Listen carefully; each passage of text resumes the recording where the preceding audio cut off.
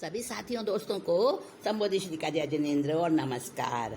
साथियों, कहानी एक ऐसी चीज है कि सब इसे बड़े शौक से सुनते हैं, और अगर वो कहानी सामाजिक हो, हमारी रोजमर्रा की जिंदगी से रिलेटेड हो, फिर तो कहना ही क्या। फिर तो उसके पात्रों के साथ में हम अपने को सब्स्टिट्यूट करके और बड़ा ही आनंद लेते हैं। तो आज ये कहानी मैं आपके लिए जो लेकर आई हूँ, इसका शीर्षक है दोस्ती का हक। जी हाँ, दोस्ती का हक। देखिए, दोस्ती एक ऐसा रिश्ता है दुनिया के अंदर जिसकी कोई कीमत नहीं, अमूल्य होता है ये, और उतना ही नाजुक और कोमल भी होता है। तो दोस्ती निभाने का एक लहजा, एक स्टाइल इस कहानी में बताया गया है कि दोस्ती का हक किस तरह से अदा किया जाता है। आइए कहानी सुनते हैं।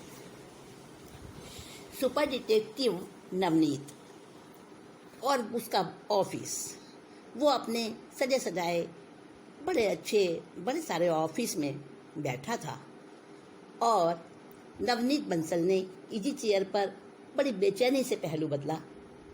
घड़ी ने एक एक करके 11 घंटियां सुना दी। तभी उसका मोबाइल बज उठा। उसने मोबाइल उठाया। हेलो हेलो, जी हाँ जी, मैं बंसल बोल रहा हूँ, कहिए। अरे अरे रे, तू तू तू इतने सालों तक कहाँ खो गया था रे? अच्छा, आकर बताएगा। ओके, हाँ अभी आजा। हाँ अभी, ठीक, ओके। नवनीत की आंखें खुशी के कारण भर आई थी। बरसों बाद अपने जिगरी दोस्त की आवाज सुनी थी आज उसने। लखन और नवनीत की यारी स्कूल, कॉलेज, कॉफी हाउस से लेकर मोहल्ले और शहरी गलियों तक चर्चित थी। कुछ लोग तो इस बेमेल दोस्ती से हैरान थे, और कुछ ऐसे भी थे जो जलते भी थे, ईर्ष्या करते थे। लेकिन इससे उन दोनों दोस्तों को कभी कोई फर्क नहीं पड़ा। कई बार उसके नवनीत के घर वालों ने भी उसे बुरी तरह डांटा था और लखन से कोई भी वास्ता रखने को मना किया था, मगर नवनीत अपने मन के अनुसार ही चलता रहा। जब आकाशवाणी से लेफ्टिनेंट मेजर लक्ष्मण दास ठाकुर की जाबाजी के जौहर सुनाए गए तो उसकी छाती फूल गई, और जब शत्रु की कैद में होने के समाचार प्रसारित हुए थे, तब तो नवनीत की हालत बहुत बुरी हो गई थी। मुश्किल से ही उसकी जान बची थी। पूरे 26 दिन 22 घंटा कोमा में रहा था। गहरा सदमा पहुंचा था उसके दिलो दिमाग पर। आज कभी कभी जब उसे विचार आता है ना कि उस वक्त किस तरह से पापा, मम्मी और देविका ने अगर उसे ना संभाला होता तो शायद उसकी जीवन डोरी टूट चुकी होती। फिर वो आज लखन से कैसे मिल पाता। हाँ, आज तो लखन आ रहा है। उसकी विचारधारा टूटी। और मे आई कम इन सर? दरवाजे पर एक सजीला आकर्षक नौजवान उससे पूछ रहा था। आंखों में ढेर सारा प्यार और होठों पर वही चिर परिचित शरारती मुस्कान। Yes, sure, major Lakshman Das Thakur, come on my love, कहते हुए नवनीत ने दौड़ कर उसे गले से लगा लिया। दोनों के आंसू बहने लगे, और कुछ देर बाद जब आंसू रुके तो दोनों संभल कर आमने सामने बैठ गए। समय जैसे ठहर गया था उनके लिए। दिल की धड़कनों से बातचीत हो रही थी, बोल कोई भी नहीं पा रहा था। दोनों मौन बैठे थे। काफी देर बाद आखिर लखन ने मौन तोड़ा। नन्नू, कैसा है तू? बहुत दुबला दिखने लगा है ना? कहाँ, ठीक ही तो हूँ। तू सुना, अभी कहाँ है तेरी पोस्टिंग? बर्मा में हूँ, लेकिन आर्मी छोड़ दी है मैंने। लखन, तूने फौज की नौकरी छोड़ दी यार, यकीन नहीं होता। हाँ, यही सच है मेरे दोस्त। लखन के स्वर में उदासी भरी थी। पर क्यों? और आगे के शब्द पियोन के आने की वजह से अधूरे छूट गए थे। ले लखन, नवनीत ने नाश्ता और कप बतलाते हुए उसे कहा। अच्छा लखन, ये तो मैं जानता हूँ, तूने आर्मी किसी मजबूरी से ही छोड़ी होगी। हाँ, सब लोग भी यही समझते हैं, पर रियलिटी कोई नहीं जानता। लखन की आवाज़ में दर्द, निराशा, पछतावा, बहुत कुछ एक साथ उभर आया था। और नवनीत ने स्पष्ट देखा कि उसकी पलकें भीग गई थीं, होठ थरथरा रहे थे, शरीर में कपकपाहट थी। लगता था कि उस लम्हा वो भीतर ही भीतर किसी असहनीय दर्द से जूझ रहा था। अपने प्यारे दोस्त की ऐसी हालत महसूस करके नवनीत बहुत बेचैन हो गया। आराम से नाश्ता कराया उसे बड़े प्यार से और फिर अपने कमरे में ले जाकर सुला दिया। 3-3.5 घंटों तक लक्ष्मण जब सोकर उठा तो उसका तन मन बिल्कुल शांत था। फ्रेश होकर बाहर निकला रूम से और नवनीत के ऑफिस की तरफ उसने कदम बढ़ाए। बाहर से उसे नजर आया कि नवनीत कुर्सी पर थोड़ा सा आगे को झुका हुआ बैठा है, जैसे कि सामने वाले से धीमे धीमे कोई खुफिया रहस्यमय बात कर रहा हो। और नवनीत के सामने वाली सीट पर एक लड़की नहीं, महिला बैठी थी। उसका चेहरा तो लखन नहीं देख पाया, फिर भी अनुमान यही लगाया कि 30-35 साल के बीच उसकी उम्र होगी। शालीन, शिष्ट लिबास और बॉडी लैंग्वेज से ये पता चलता था कि वो महिला किसी पढ़े लिखे सभ्य सुसंस्कृत खानदान से संबंध रखती होगी। लक्ष्मण को पता था कि उसका दोस्त अपनी खुद की प्राइवेट डिटेक्टिव फर्म चलाता है और अच्छे जासूसों के रूप में उसकी पब्लिसिटी है। तो उसके पास अपने जटिल केस लेकर आने वाले और अपने सीक्रेट्स शेयर करने वाले क्लाइंट्स आते ही रहते हैं और उनमें मेल फीमेल दोनों ही होते हैं। इसलिए लखन को कुछ भी अटपटा तो नहीं लगा था। तभी नवनीत की नज़र भी लखन की ओर पड़ गई और एकदम सामान्य होकर सीधे बैठ गया और सामने बैठी महिला से चहकती हुई आवाज में बोला, देखिए देखिए वो आ गया लखन। और नवनीत की नज़र जैसे ही लखन की ओर पड़ी तो उसने तुरंत उसके लिए कुर्सी बढ़ाई और उसे बैठने का निमंत्रण दिया। आओ जाने मन, मैं अभी तुम्हारी ही बातें कर रहा था, अब तो तुम्हारी थकान दूर हो गई होगी। और लखन ने देखा, बड़ा हैरान हुआ वो कि नवनीत कितनी बेतकल्लुफी से बात कर रहा है। और उस महिला की तरफ देखा तो हैरानी और अविश्वास से मानो 1000 वोल्ट का शॉक लगा हो, इस तरह से उसका पूरा बदन कपकपा उठा। और वो महिला तो उसकी परिचित थी, अच्छे से जानती थी उसको, पर फिर भी बिल्कुल शांत, अनजानी, अप्रभावित बैठी थी। यहाँ तक कि उसने लखन के आने पर उसके लिए कोई रिस्पॉन्स भी नहीं दिया, कोई अभिवादन, हाय हेलो, कुछ नहीं।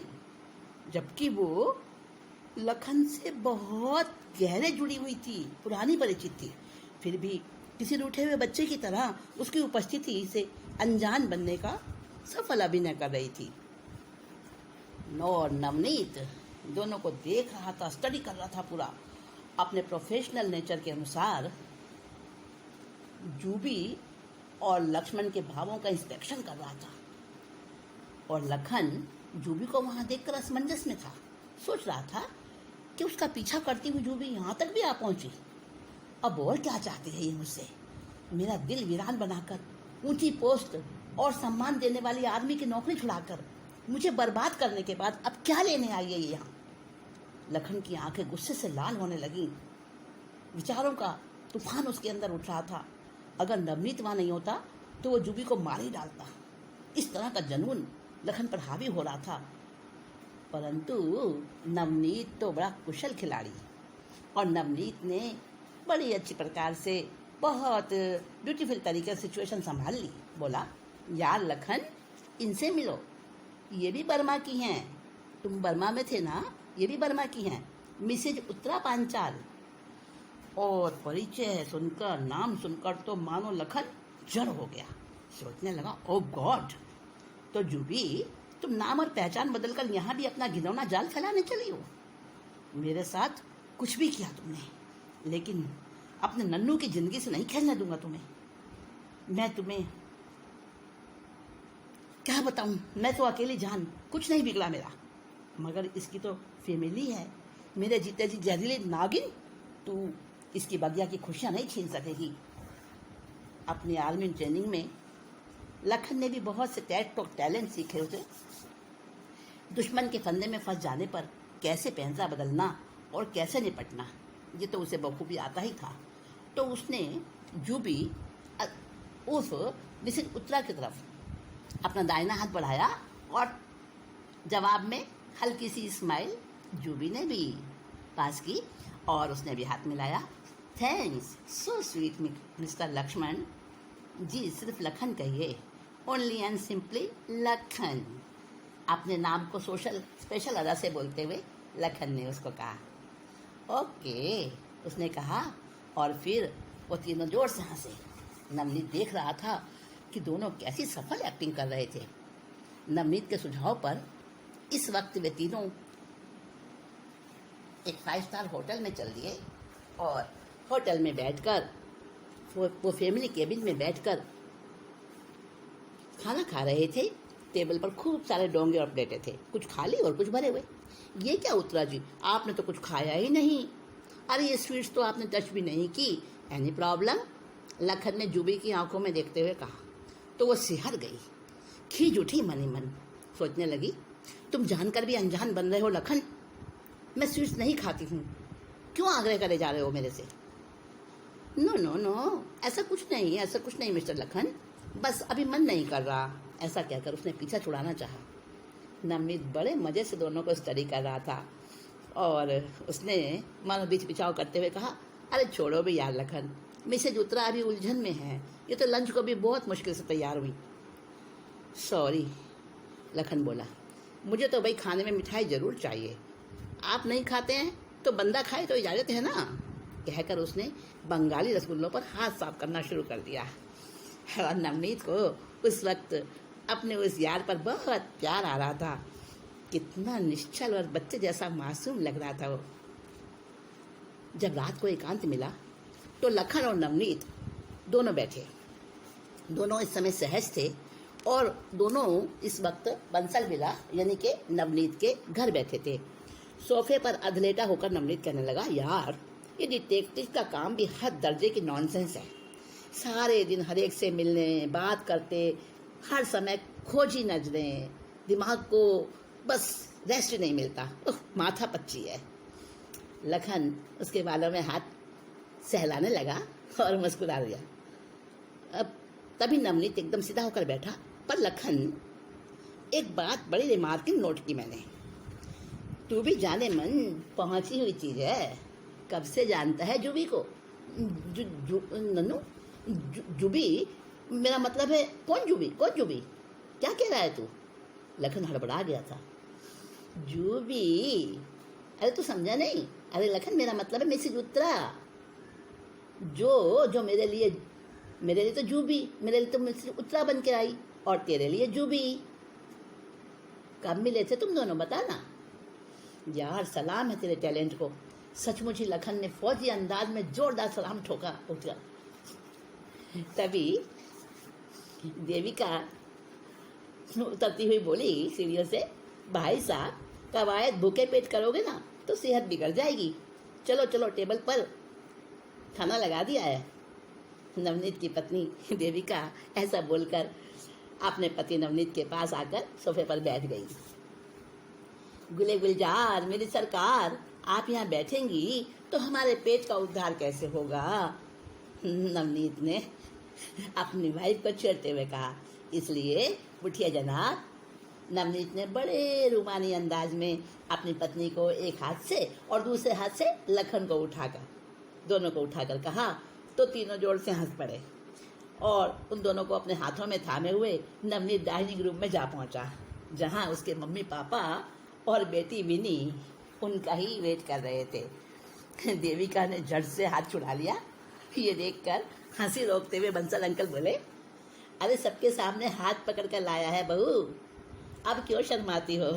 फिर सब जोर से कहा लगाकर हंसे और लाज से लाल होकर देविका तो जल्दी से किचन की तरफ भागी। अरे भाभी जी, आप कहाँ चली? लखन बोला तो देविका ने कहा, आई अभी, और कुछ तो करना ही था, तो किचन में जाकर 5-7 चम्मचें लेकर आ गई।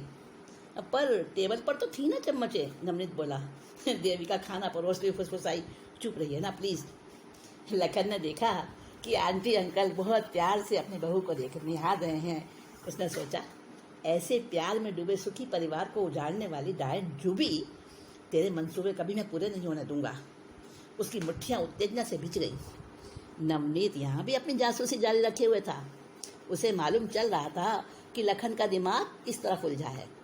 उसने हौले से लखन की कलाई को टच किया और लखन ने उसकी तरफ देखा तो उसने धीरे से कहा, शांतम शांतम।